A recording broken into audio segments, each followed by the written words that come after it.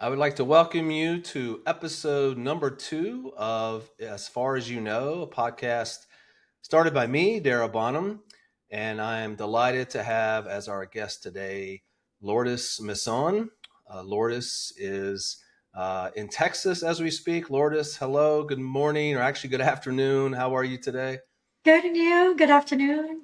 Great, great. What's the weather like in Texas these days? Today is beautiful. Couldn't have asked for a better day.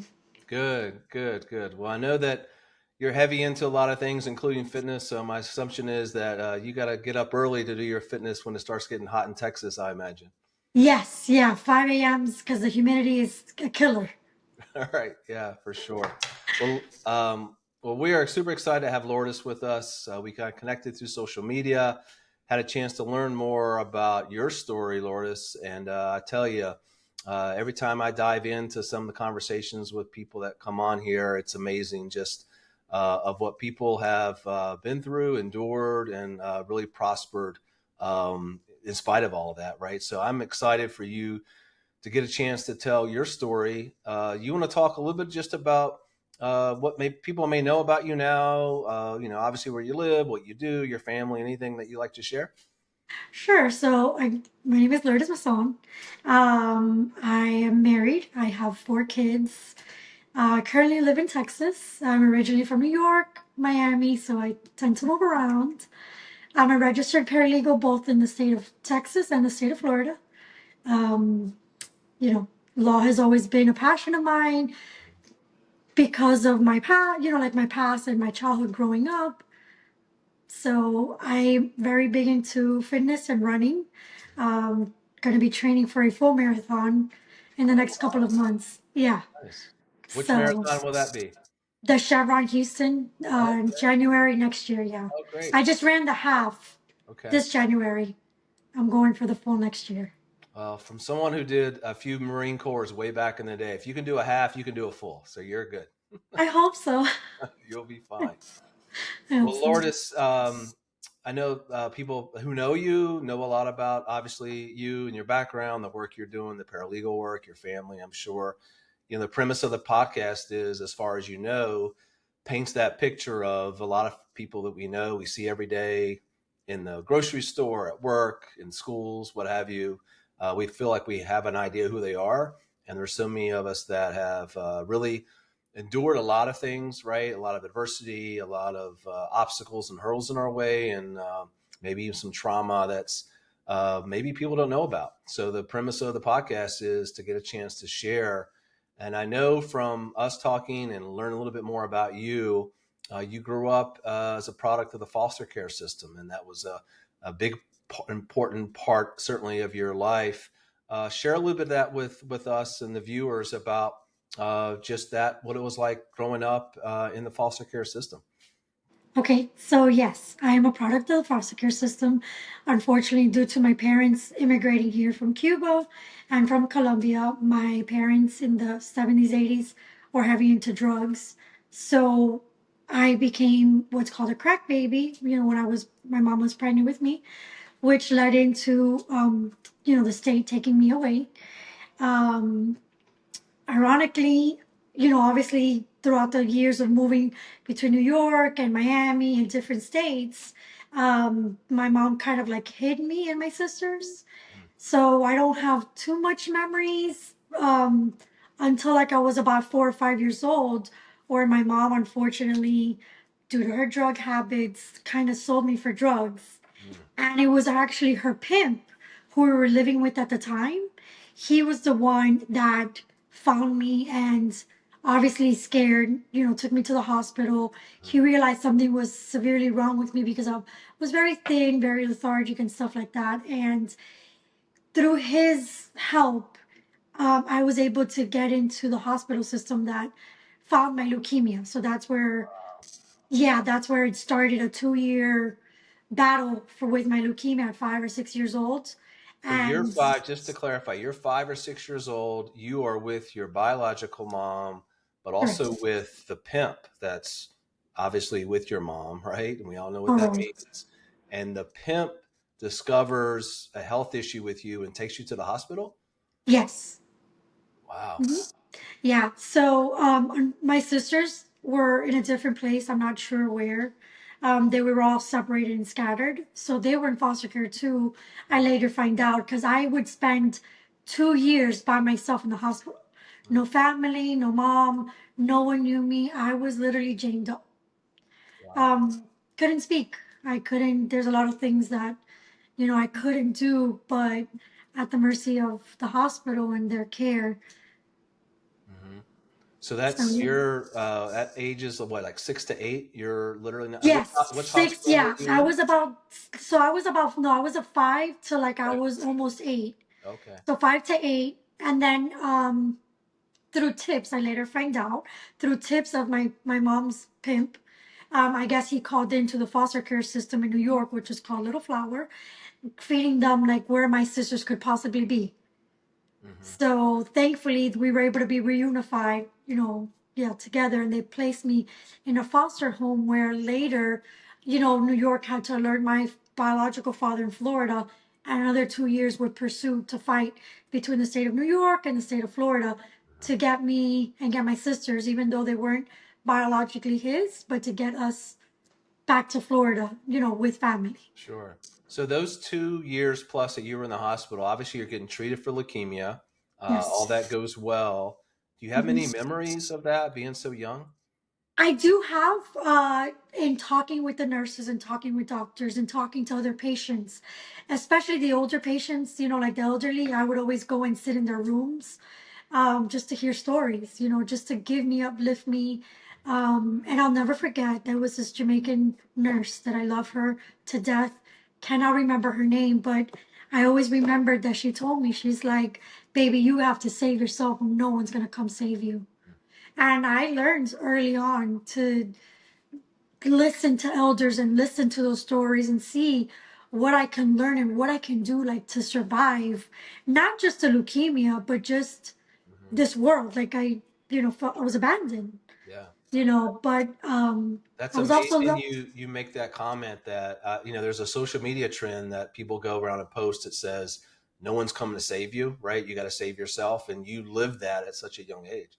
Yeah, yeah, I learned very, very early on that that was a reality that was given to me, very interjected, and I was very fortunate, although I was in a really bad situation, that I in early intervention with therapy, not just the physical, medical interventions with the leukemia and the radiations and trying to find my sisters because my sister ended up being my bone marrow match, thankfully. Mm. And then dealing with that, but also the psychological trauma of not having a lot of memory, not being able to talk clearly. Obviously, I had learning disabilities and, later find out that I have ADHD and also dyslexia. Mm. So it Wow. made it very hard to always articulate what I was feeling or how I was feeling and that sort of. Sure. Well, it's just such a young age too. So you Yeah. end up then reconnecting with some family members, and then you're out of the hospital. What happens next? So I ended up getting my bone marrow. I ended up start getting better, and then, like I said, I go to the foster home where my two sisters were, and from there, a 2 year fight my dad would have with the state of New York to get us back in his care and back to Florida.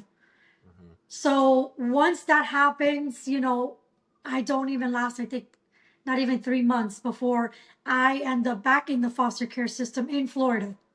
And my sisters get shipped back to New York Hmm. because they're not his biological daughters. Hmm. They had been with this particular foster mother for a long time. So, New York felt that it was best to put them back in her care. I see. Mhm. And then from there, what happens the next few years? So that's where the battle begins. Hmm. I end up in the foster care It was already system. a battle, Lourdes. Yes, well, Your battle a new continues for sure. a new hurdle, new set of hurdles Right, right. happened. So I end up in a foster care system. I end up in a shelter called Gladstone. If you know Miami, there were a big like a shelter, kind of like Boys Town, but Mhm. for girls. So it was called Gladstone for girls. And I was there for almost a year before I was placed in a group home. um, they start teaching you life skills, hygiene, learning, you're going to school, you're going to religion, you're doing different things, but you're waiting to either be placed in a home, get adopted, which by that time I am still sick. I'm still dealing with the issues of, what's to come. A lot of people unfortunately do not want a sick child. Mm. So, I mean, there was a year where I was moved like 57 homes because I could 57. not, Wow. yeah, I Wow. couldn't sit still. And apparently, according to them, I was too happy. How can a child that has gone through so much trauma Hmm. too happy? So, a lot of the foster moms or a lot of the foster, like one of the placements that I was in, they were trying to stick me with medications. And I mean, I got to a point where I was like on 13 different pills. Wow. Yeah. Because, I was too happy. I couldn't sit still. I didn't learn correctly. They didn't have the patience for me. I couldn't hold food down. Hmm. Nobody really like, you know, No one took care understood of you. me or like Right. wanted to Sure. deal with. Yeah, like it was a lot to deal with a child and everything Yeah. I was going through. Obviously I had aggression. I didn't know how to really express myself. Hmm. There's just a lot of things that nobody was willing to be patient. And of course, I had abandonment issues. Kept being moved and moved and moved and Yeah. moved. What do you Um, remember just about just your coping mechanisms through all of that? I mean, 57 different placements is just unreal. There's not even yeah, I 57 mean, states in the country, right? I mean, the number of I placements you had. I mean, what were some of the coping mechanisms that you just probably took on as a young person? I mean, I went quiet. I shut down, of course, like I always cried, but I got to a point where I was stone cold walls. Like I longer just didn't feel anything. Mm-hmm. So I literally went into, okay, what's next? Like that became my attitude. Like, what's next? What's next?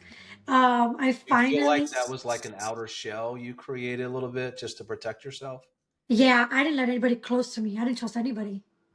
Like I was very wary. I learned very early on to read the rooms, to read people's body languages, to read different things because unfortunately, because I was moved to so many homes, rape happened, abuse happened, bullying happened, Wow. not being fed happened. Hmm. There's a lot that happened, but there were also good too, if that makes sense. Hmm. For the bad, there was also good. So I can't say that it was all bad. Some of them were just 12-hour holds, Hmm. until the next home became available. Yeah.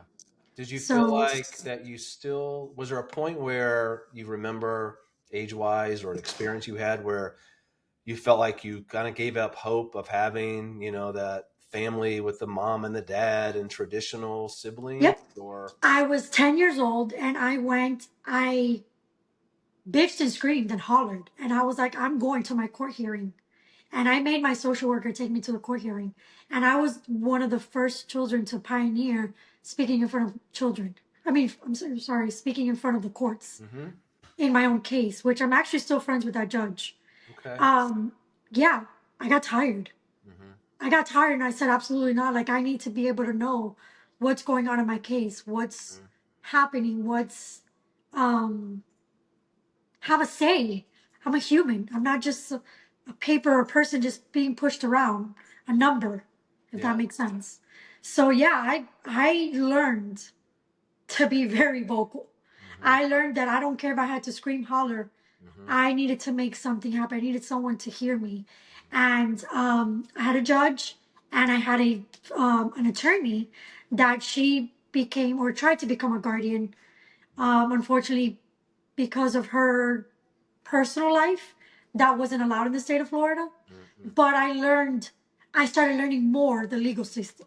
Hmm. Always being around in the courthouse or in the courtroom, in the courthouse, in the guardian ad litem, because um, in Miami, the DCF office was in the detention juvenile, which also happens to be where the kids' juvenile court system was. So they were all like different buildings, but in the same area. Okay. So I unfortunately spent a lot of time there. So I will never forget because I was told knowledge is power. And I was like a sponge. And at 10 years old, I was so nosy and I wanted to grab my hand as much information as I possibly could and look at what was going on and see what was going on and realize how things were unfolding. Um, So it's I'll not a never forget. surprise that eventually you became a paralegal then, right? Yeah, yeah. I wanted to be an attorney, but it hasn't worked out yet. Right. But yeah, so yeah, that was one of those things. Like I was pushing and pushing, and I felt like I needed to be the voice for other kids Mm-hmm. too. That's when I started taking that role of like I need to open my mouth, like I need to, say something. Be an So advocate.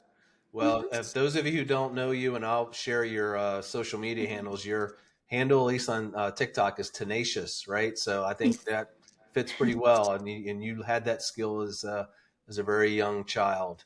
Was yes. there a point in time when you had a little stability growing up, and you actually had maybe things you had interest in or things that you did, either school or outside of school? Yes, yeah. So when I was about 11, like 12 years old, I finally went into one of the group homes.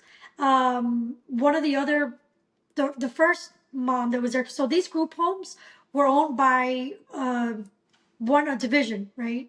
I don't want to say the names, but it was a division, Mm-hmm. and they had a set of 5 group homes that they managed.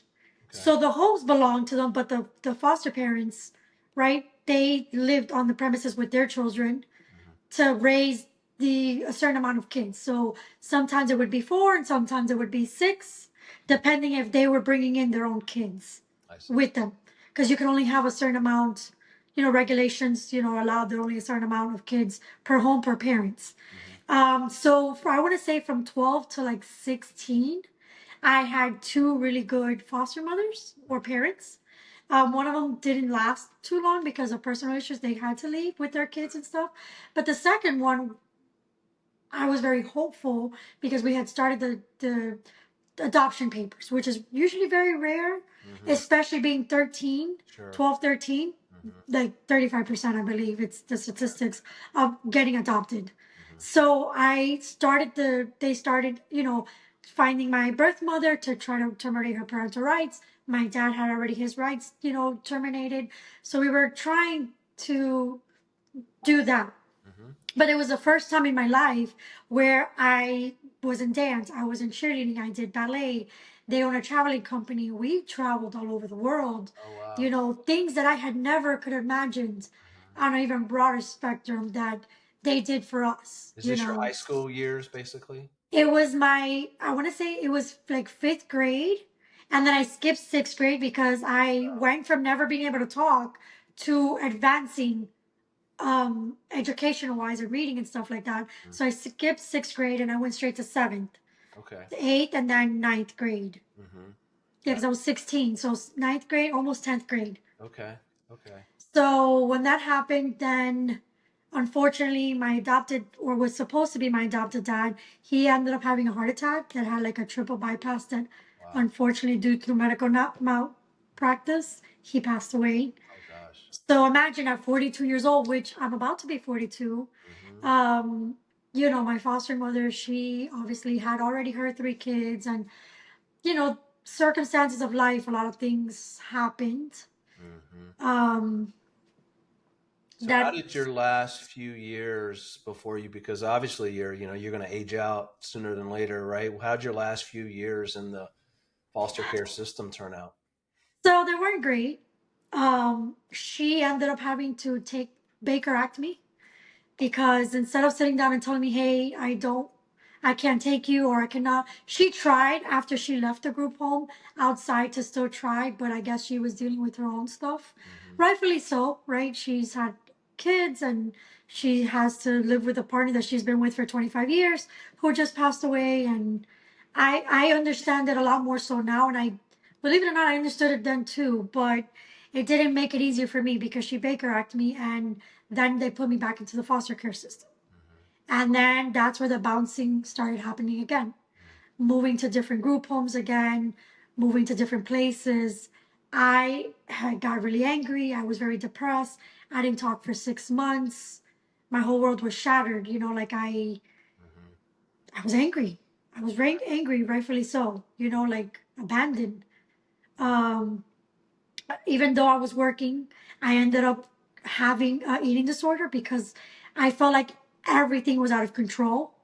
of course, and the only thing I can control is what I put in my mouth. Yeah. Hmm. So food, I became anorexic and bulimic because I felt like that was the only thing I can control. Hmm. Because at this point, at 16, everybody was dictating.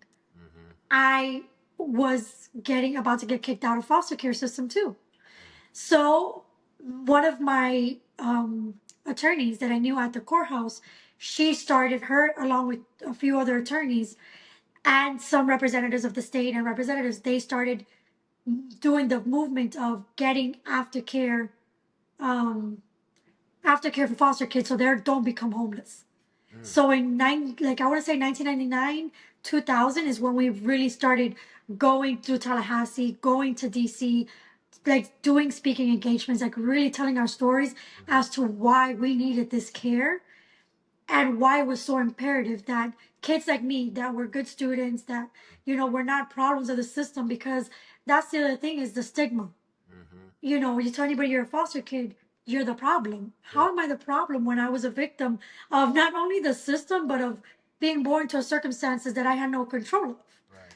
You Well, know? and I think even like mentioning, we talk about, you being a part of the product of the foster care system. That's not a negative thing, right? I mean, we have great systems in place in many cases that help support, right, student or young people who obviously Yes. need that guidance. But we also recognize there are some flaws, and it's not a perfect world, and there are oftentimes more challenges that Yeah. come along the way, which you certainly have had to go through. And then Yeah.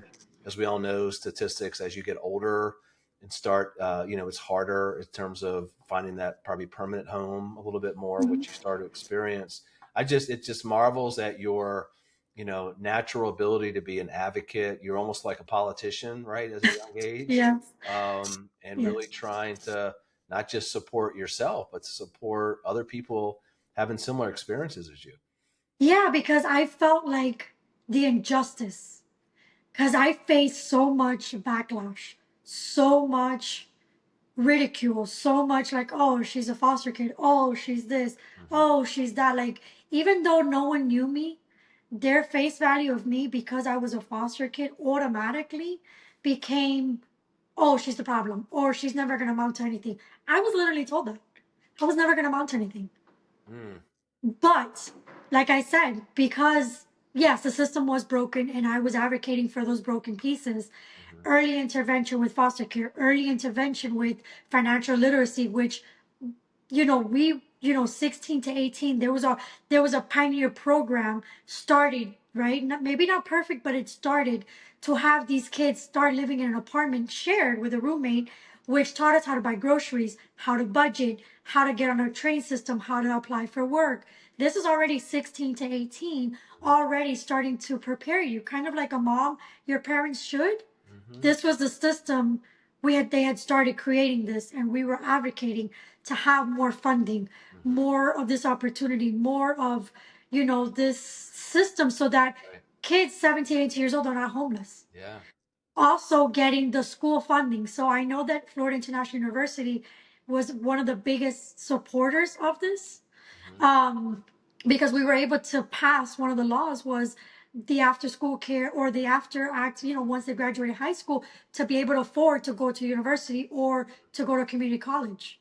Of course, with requirements, Hmm. right? Like anything is, but having that funding and having that support, Hmm. not only for me, but for everybody else that came after me. Hmm. So they're not 16, 17 years old, 17, 18 on the street, runaways, started bridging that gap. Creating those So the kids, pathways. Yeah. yeah, bridging that gap. Hmm. Maybe not perfect, Hmm. but definitely the program has grown immensely. Wow.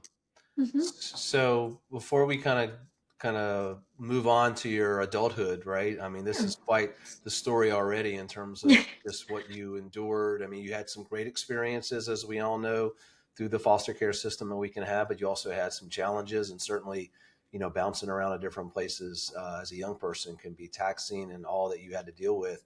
Um, what are your as you start to get into adulthood, right? What are your kind of takeaways? Like, what are you thinking about you as a person at that point, right? Like, what are the things that, other than your advocacy that you're doing, certainly to help change lives, not just for yourself, for others, like, kind of where's your state of mind as you start to exit out of the system? So me myself was not in a good place, to be honest. Although I was advocating for justice and constantly being a voice, and personally, I struggled so much. Hmm. I wanted a family. I wanted someone to love me. I was married. With my first husband. Unfortunately, the things didn't work out there. But I was looking for that love that I didn't have. I had my first son, and then within a year later, I got divorced, and I have my son, and I'm dealing with those challenges of being 19 with a child, and also going to school, and also working and finding that balance. And mentally, I was struggling too, and I was still Sure. in therapy, and I was Yeah. juggling everything, without a full support system. And my guidance counselor actually was with me so much. Mm. She helped me immensely. Like Hmm. I thank so much my teachers at school, especially my counselor, that really like was the ear, like the voice in my ear, and like the mom that I didn't have, maybe not always there, but she really stepped up even more so after I came back into the foster care system while I was advocating when I had my son that I was scared. And she started helping me more, like, and being more of that, taking more on that mom role. Do you want to mention that counselor's name and give that person a Yes. shout out? Yeah, Maria Elena Diaz de Villegas.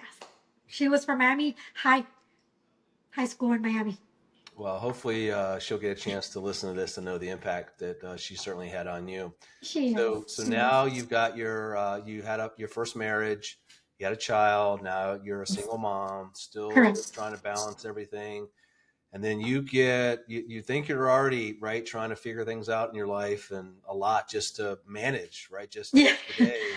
Yeah. And you get hit with kind of another curveball, don't you? Well, so I get married a second time, and thankfully, Okay. while I'm in my marriage, my second son, my health started declining. Hmm.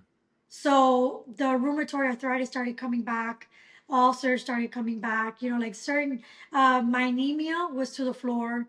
So I start going through, like, leukemia starts to come back, not fully, but starts creeping back. Hmm. So with my iron level, my platelet levels, like all of that starts to manifest. And then we start the advocacy for medical listening, but what happens is when you're a foster child, there's not a lot of records. Mm. You don't have a family history. I didn't have a phone to pick up a call to say, hey, to my birth mother, or hey, to my birth father, what's going on? What do I have? What do you have? What do they have?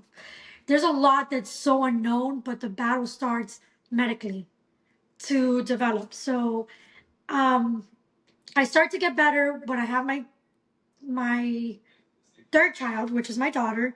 Hmm. I find out that I have early stages of uterine cancer. Mm. So that starts the ball rolling, and the doctor's like, no, it's fine. Let's just start scraping it and start cleaning it out. And we start the treatments and everything. And I know that did tell us that, like, if the time is now, if you want to have one more, go ahead and have one. I was against it. My husband was like, no, let's just try. The doctor said it was fine.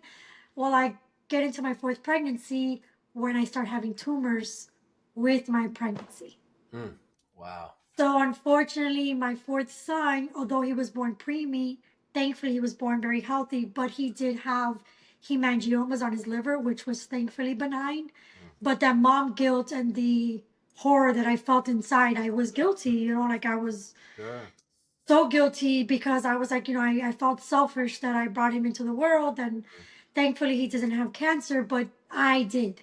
I had, cancer in my uterus, which was between Texas or Florida and Texas moving here, which I had to undergo an emergency hysterectomy at 28. Wow. Yeah. So that then also kicked out my RA. So I would say 4 or 5 years, like, not be like two, like I would say about a year and a half, like really bedridden and a lot of pain. Mm. Nobody can tell me what was going on. Nobody can understand. I'm dealing with, the medications for the cancer while my RA is coming out of remission. Hmm. And those two just made it completely impossible. But I'm still in school, by the way. Mm. I am still in college. Is I this am studying also for the paralegal? Is this what you're studying? no, I did that during my pregnancy. Okay. Yeah, yeah. My pregnancy with my fourth son, I did that because I was back, in and out of school with three little kids. I was in and out of school, but not fully. With my son, my last one is where I got my certificate, at FIU, which I utilized my scholarship uh, to get my certificate for a paralegal, Oh, and then I moved here to Florida, to Texas. I see. Yeah, so that I was pursuing my associate's degree and then my bachelor's. Gotcha. So while I'm going through my uterine cancer and I'm going through taking care of four kids, I'm also in school full time. Wow. So yeah, Your plate was full. I mean, yes, with but I all was of that. determined Hmm. to be in a better financial situation Hmm. and a better life. Hmm. Because being 18, 19, my husband and I were both very young with four kids. Hmm. Obviously, we didn't make a lot of financial, sound decisions. I didn't, we didn't make a lot of great Sure. decisions, Yeah. but we did a lot of good things too. So, Lourdes, I have to ask you. So, Sure. you just think about like what you endured, right, as a young person, trying to find yourself, still coping with all of that. You get your first child. You got a medical conditions. Now you get married. You have a great marriage, and all of a sudden you have more children. Now you got another. How did you like? What were the emotions going through? Because it's hard. There are things that are always kind of going to be a part of us, right? Of Scars, stuff course. in our DNA. Um, did you, when you started getting these things like this, what I would just call adversity or bad news coming your way, did it start bringing up like emotions and feelings from when you were younger because of, again, here we go again, and what did you do to flip the script? So because you could have sat there and no one would have blamed you if you sat in a corner in the dark for how long, just feeling sorry for yourself because of how much you've endured. But you certainly found a way that you kept going. Like, what was it that what drove you, and what were your emotions just when you started getting hit with these adverse situations? So I attribute that to I go back to the nurse, when I was like, 6 or 7 years old, that she told me, no one's coming to save you, you know. I always go back to that. Mm-hmm. Of course, I had depression and I was angry and I was like, God, like, can I just get a break? Like, what have I done that is so bad? Like, I've always been, like, I've always abided by the law. I've always played by the rules. I've always done everything. Like, why does this keep happening? Yeah, I felt like I was drowning and I was like, you know what? And I always revert back to, I need to find a way to live. I need to, like, this is my story. Mm-hmm. Like how, like no one's going to clean up the mess. No one's going to say, "Hey, this is how you're going to do it." No one's coming to save you, right? Nobody's coming to save me.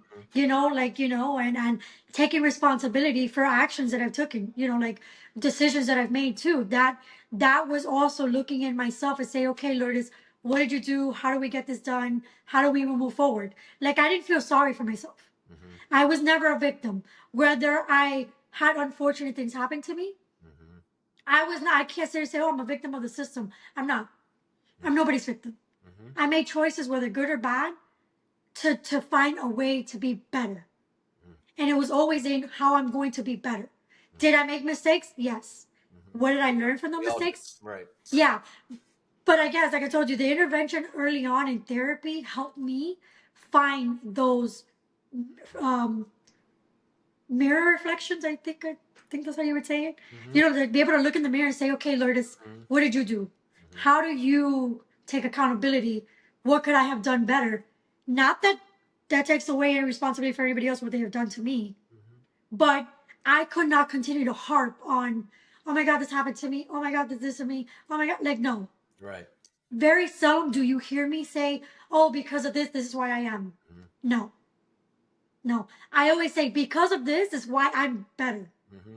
Wow. Like that's how I flipped it. Like no, like I'm nobody's victim. Nobody's. That is a Like I that is a contagious spirit that we all need to get. yeah That's yes. amazing. Just how you tackle on these issues. So, how does your that bout with cancer end up kind of getting fixed, and what were the next steps after that? So my rheumatoid arthritis, everything's great. When unfortunately I get hit with yet a third cancer. Mm. I find out during COVID that I started having in my ovaries some cysts, which ended up being tumors, but thankfully they were benign. Mm-hmm. But that kind of like alerted, like, okay, if I've already had leukemia, I've already had uterine cancer, my ovaries are next. So I get on the web and I am searching because if there's one thing I learned early on Mm-hmm. is knowledge is power. Mm-hmm. And the greatest tool we have is the internet that came out. And I went on there and I'm like, okay, I know I'm not the only person this ever happened to. Something's going on. Somebody's not connecting the dots. So I start getting on the internet and I start looking and I start talking to my doctors and we just start, going through it when COVID shuts everything down. And I, unfortunately, as everybody does, could not have that surgery, which then it became we're against time, Mm-hmm. you know, a race against time to try to figure out how to better treat me so that it doesn't spread anywhere else. So they immediately start me on treatments before, November of that year to be able to have one chance to go in there and they find more things Mm-hmm. endometriosis in my colon and other places, having to repair a couple of other things, remove some parts of my intestines too, just stuff that we didn't even know. Mm-hmm. Had I not pushed and like say, hey, what's going on? Like, let's look at it. Let's, deal with it. When I finally have my surgery in November, right before COVID, And this is breast um, cancer now we're talking about, right? yes, Yeah. we start finding out Mm-hmm. that I they were like, okay, let's just do a mammogram, one shot, one picture. All it took was one picture, and I was 38. Mm-hmm. So from my cancer, uterine cancer at 28 to my breast cancer at 38 was a 10-year window where obviously doctors are not perfect, but Mm-hmm.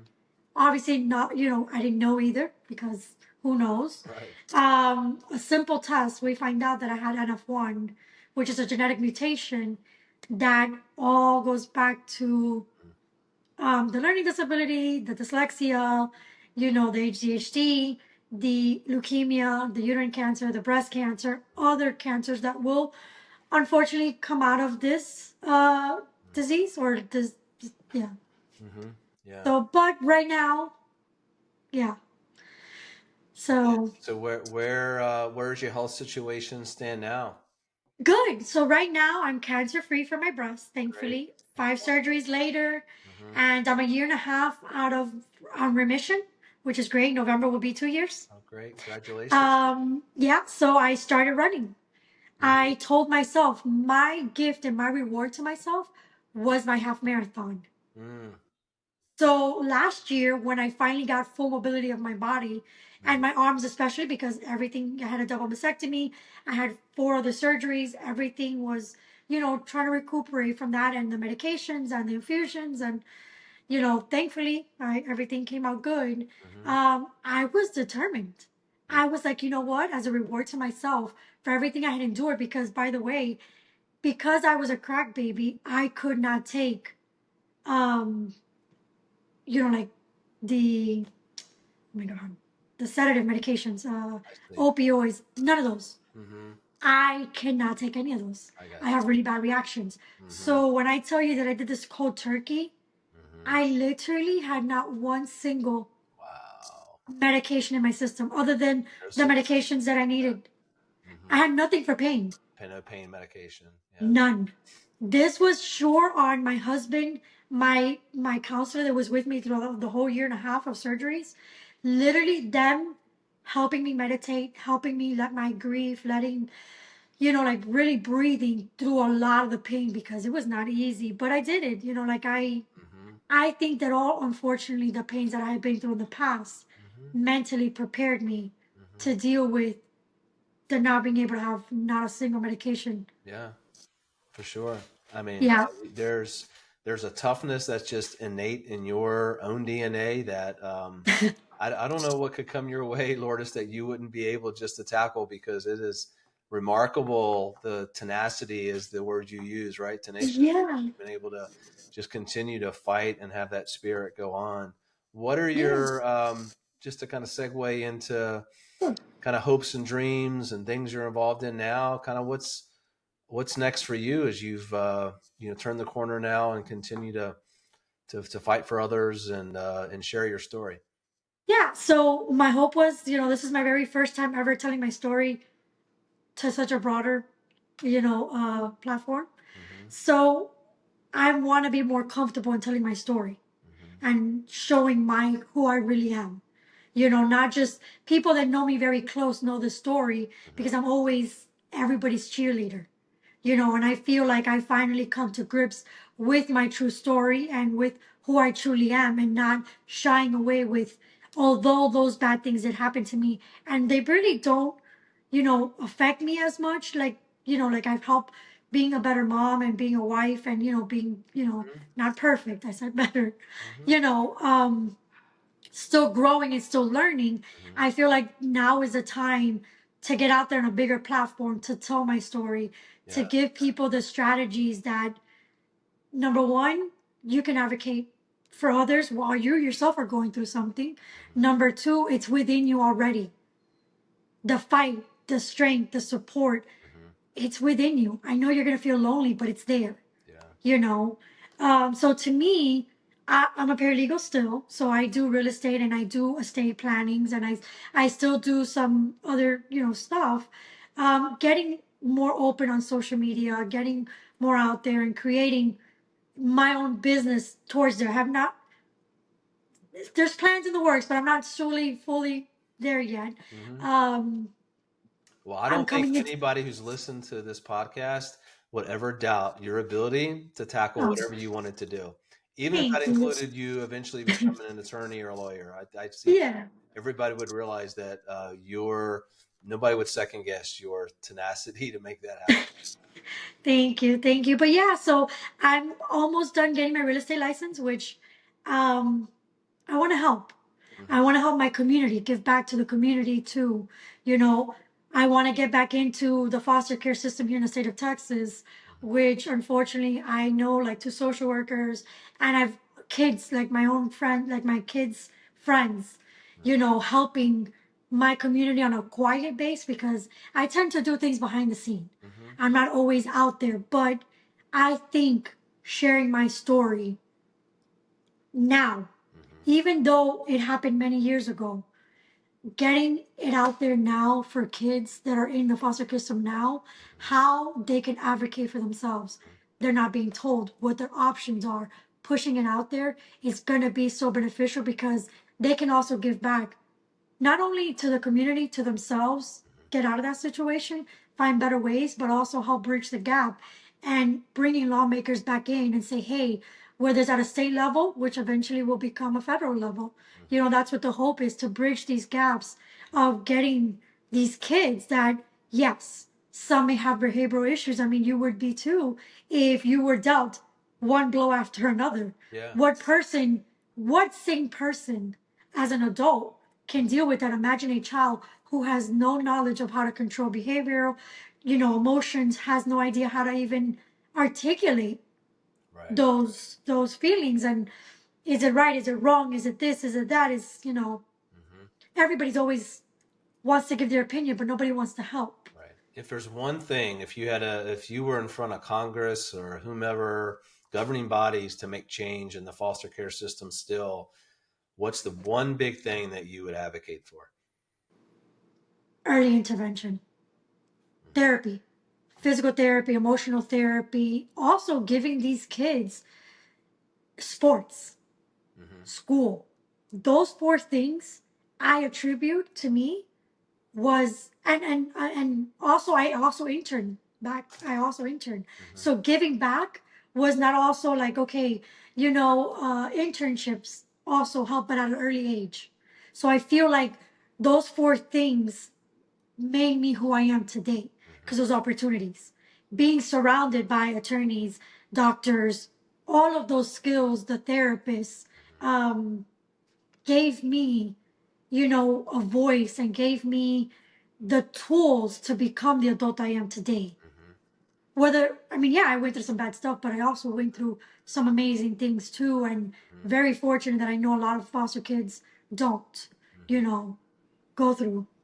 So, we always like the Disney movies when there's a happy ending, right, to the story that comes about. But we also are realistic in knowing that these things don't just magically go away, right? So, when No. you just kind of maybe the last question for you would be Hmm. when you get dealt, right, with even if it's day to day stuff where you find yourself kind of in that moment where things are feeling, a certain way, right? What do you do to continue to cope to say, you're going to fight on, and like, what is it that continues your drive? Knowing that I have a choice, Hmm. my choice. Doesn't matter what it is. Hmm. I always hear the saying that people say, oh, I don't have a choice. Yes, you do. Everybody has a choice. When you don't do anything, that's a choice. When you do something, that's a choice. Hmm. So when I start to feel down, right, and I start to feel bad, and I start to be like, oh my God, what do I do now?